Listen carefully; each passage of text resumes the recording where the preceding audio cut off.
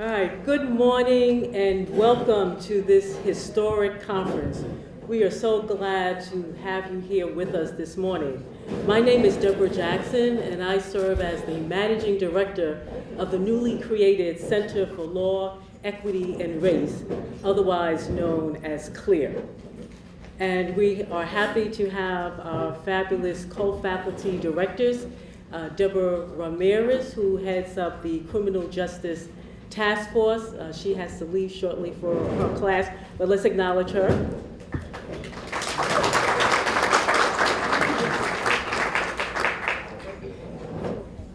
And at this time, the other co-faculty director who really needs no introduction is Professor Margaret Burnham.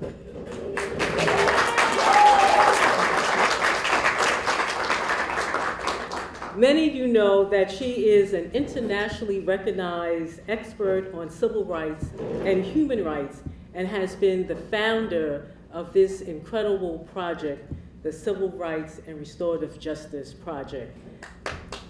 And we are here to recognize the launching of the archive that has been created, the Burnham Nobles Digital Archive, which is really an historic accomplishment. And the course of the discussions today through the various panels, we will have an opportunity to learn more about the significance of the archive, as well as look for opportunities to make sure that this information becomes part of the public awareness and consciousness, because it really is a very tremendous and significant accomplishment that we have reached today. So at this time, we'd like to start off the program by having Professor Burnham give us some opening remarks. Again, thank you for being here with me.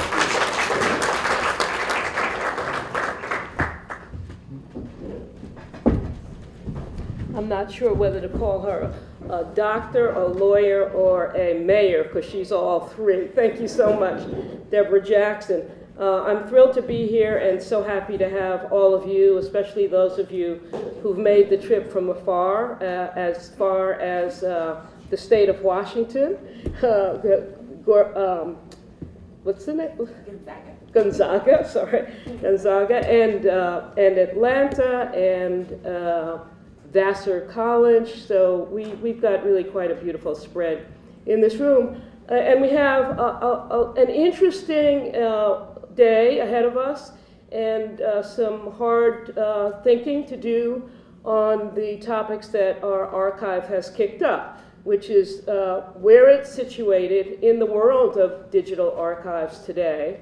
And we have a number of folks who have done the deep thinking on that topic who will be joining us. How we teach this material. And a variety of teachers and professors who have used this material to deepen their classroom experiences. And we also are going to hear from families who have been affected by the violence that is recounted in the archive, who will share with us their experiences with CRRJ and as well what it has meant for their families to revive this material. So it's a great pleasure, a pleasure and an honor to bring this work to a point of conclusion. Obviously the work will go on, and at some point I will have an opportunity to thank everyone who has participated in the work. But I just want to say today that at this particular moment, that we started this project in this very room in 2007. We met, our dean then was Dean Spieler, and the speakers at that conference have gone on to do other things, many of them furthering human rights and civil rights across our country. Doug Jones was present, went on to become a senator and then unbecome a senator. Charles Ogletree was here and spoke with us. Benny Thompson, co-chair of the January 6th committee, was here in this room and spoke from this podium. Manning Marable had just written his book on Malcolm X and was here to talk about his path-breaking work on that topic.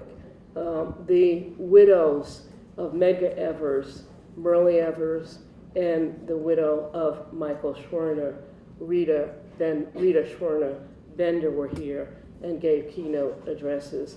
My friend Hank Klibanoff's buddy from Jackson, Mississippi, Jerry Mitchell, was here and talked about his work as a journalist in Mississippi and how, and of course Jerry went on to win a Genius Award for that work. So that was the start of this work, and at that point we thought that we were focusing on the 1950s, 1960s era. And we did for a few years, but it quickly became apparent to us that there was much more work to be done in these earlier years, 1930s and 1940s. And so, like scholars who need to be quick on their feet and need to pivot when the occasion calls for it, we moved into that earlier period. And the result, of course, is this archive. Now, I will say that 1,000 hands made these 1,000 flowers bloom. And we are particularly grateful for the support that we've had from our university, including our library, Dan Cohen, who you'll hear from in just a moment, our College of Social Science and Humanities, Uta Poiga, representing that college, whom you'll hear from, and our Office of the Provost, who supported this conference, and our Office of Diversity, Equity, and Inclusion, Ken Reed, who generously supported this conference. And I would be remiss if I left the podium without thanking all the people who made this particular gathering possible. You'll see their names, Conference Planning Committee, on the back of your program. They deserve a round of applause. So this is a day of learning and also communion, and I look forward to it, and so happy to see all of you here.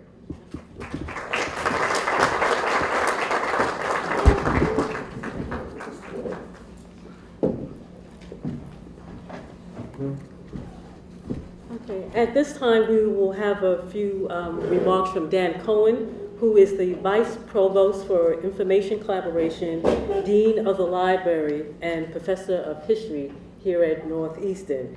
He has focused on the impact of digital media and technology on all aspects of knowledge and learning, from the nature of libraries and the revolving resources to 21st century research techniques and software tools. So we're so happy that he has partnered with the project in terms of bringing this archive to fruition.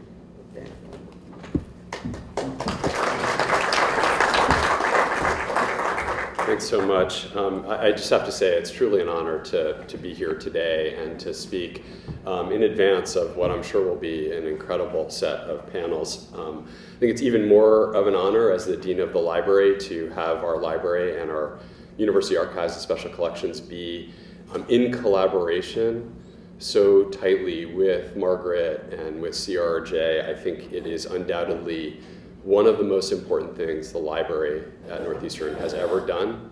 I have no doubt that it is just a truly special thing that we've been able to participate in this way and to keep the memory alive, I think, in perpetuity through this newly launched archive.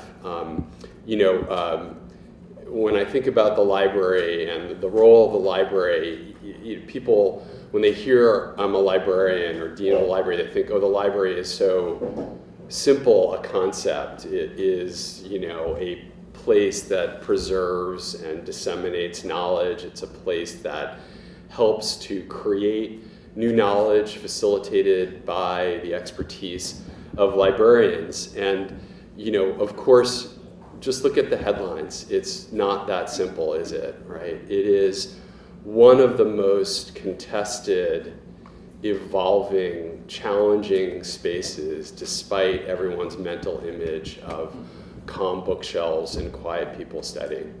It is absolutely contested. And the same racism that is documented in the CRRJ archive over decades and centuries has absolutely affected libraries. It has created gaps. It has hidden stories from the historical record. It has suppressed communities and individuals. I don't think that that is such a radical thing to say. It is just the fact. If you look through a library's contents, the authors, the archives, the special collections that are represented, they are absolutely skewed by the same racism that is documented in CRRJ.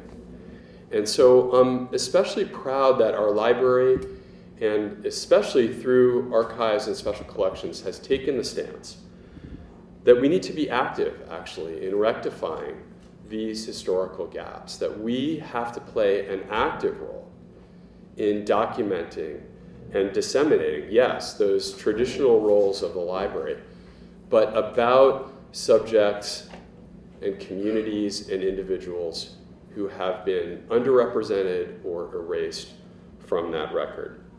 We've been seeking to preserve and preserve and present the past in all of its facets, the bad and the good, the uplifting and the tragic. And I'm delighted that this project is, in a sense, an extension, a really natural extension of the work that our library has tried to do for decades in working with communities in Boston to document and disseminate stories and archival materials from the communities that are not traditionally represented, that you would not normally find in archives and special collections. So it is, again, a wonderful opportunity for us to advance our mission, to be able to collaborate with Margaret and CRRJ.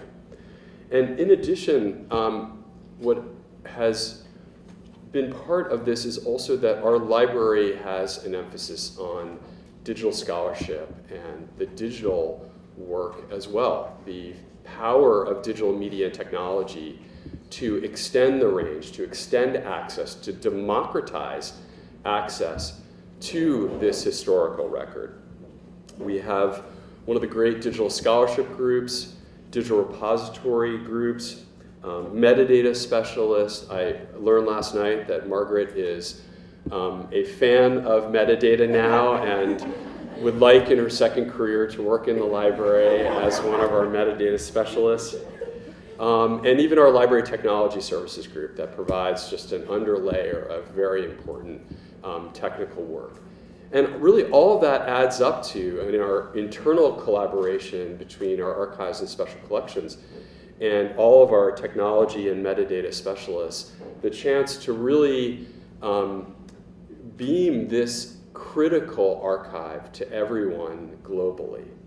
That is amazing because few people can come to an archive and special collection in person, but thousands, millions, and for years, so many people and students and scholars and researchers will be able to make use of this resource.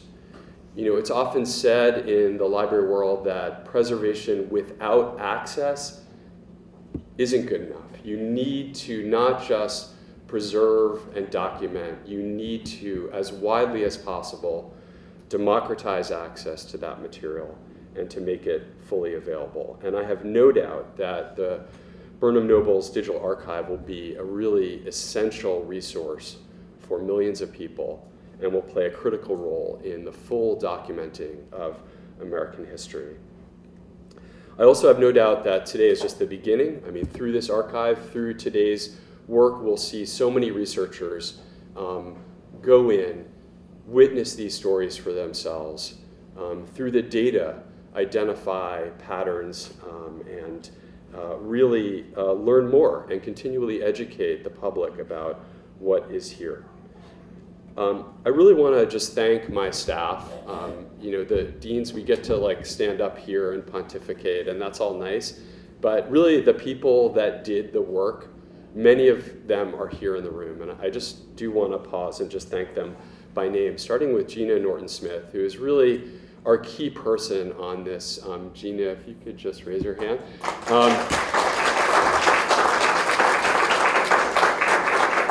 Gina was the project archivist, but that title should be much more expansive. She's really the linchpin for all of this, acting as a key link between CRRJ and the library. I've mentioned quite a bit University Archives and Special Collections. Jordana Makanyi is here, our head of Archives and Special Collections. And our very first archivist on this project is back from North Carolina to visit. Rhonda Jones is here.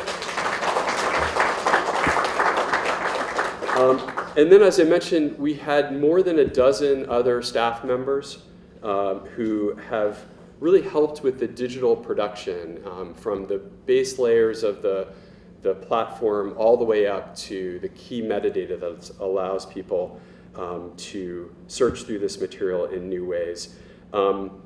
Rob Chavez, David Cliff, Drew Facklum, Julia Flanders, Kim Kennedy, Meg McMahon, Patrick Murray-John, Janine Rodriguez, Amy Ruskin, who's here, Amy, Amanda Russ, who is rejoining us, has left but has come back, and Sarah Sweeney. I hope I haven't missed others. I know lots of others have participated. So we just really appreciate, again, the opportunity and, frankly, the privilege to participate in this small way in the building of the CRRJ archive. And again, I really look forward to today's panels and so much to come from CRRJ, all the new research and learning that will occur. So thanks very much.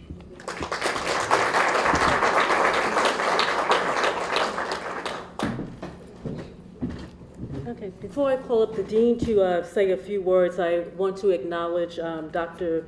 Richard O'Brien, who is the director of the John O'Brien African American Institute, that we will be having this fabulous conference today. So thank you so much for your support.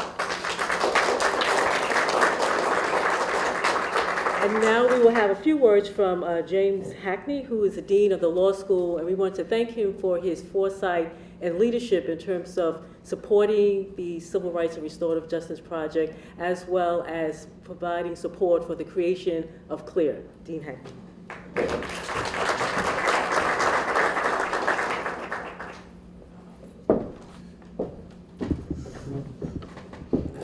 Good morning, everyone. Good morning. Welcome to this celebration. As I was having a conversation with Professor Zoltek Jick earlier, it really does seem like a celebration and a party, including the centerpiece. Very good. So again, good morning. I'm delighted that you all could join us for the launch of the Civil Rights and Restorative Justice Project's Burnham Noble's Digital Archive.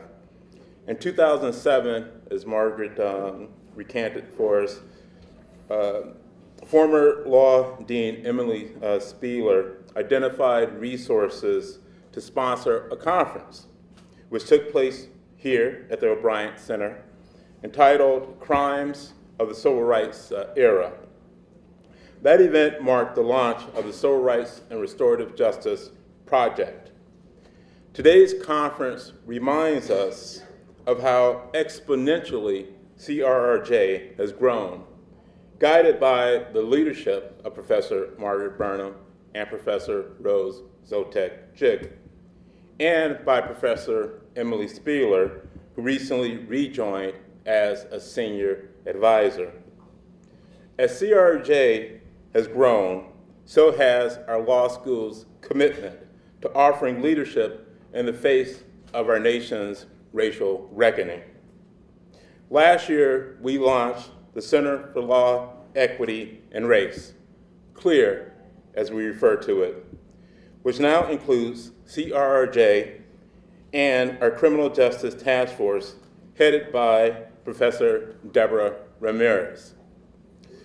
We recently welcomed Dr. Deborah Jackson, Dr. Mayor, and everything Deborah Jackson, as CLEAR's first managing director. Through CLEAR, we engage in the national discourse on reparative justice and criminal justice reform. and provide tangible research and investigations, such as through the archive. At Northeastern, we deeply value our interdisciplinary partnerships.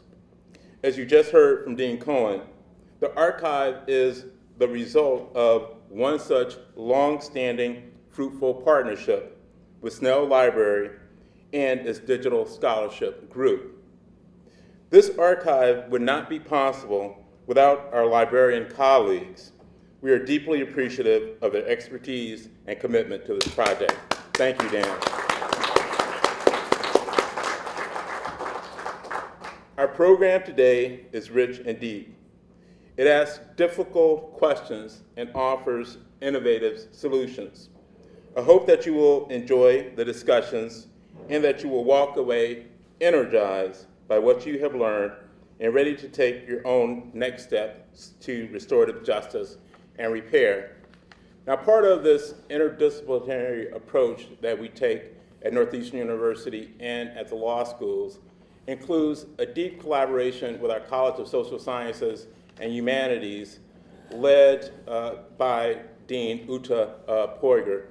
We deeply appreciate our partnership with CSSH and Dean Poiger and her clear leadership and vision in both the racial justice as well as the humanities area. Dean Poiger.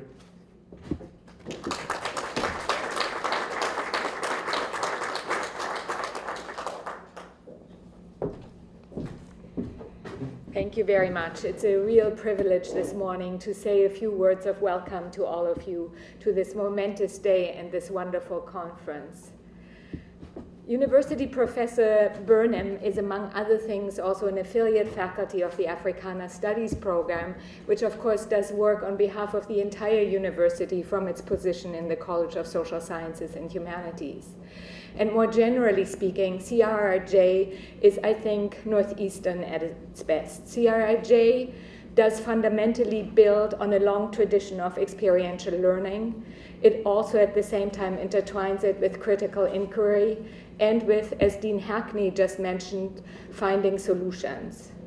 CRRJ, under the leadership of University Professor Burnham and Dean Nobles, is also so aware of the many pitfalls that higher education can easily get into.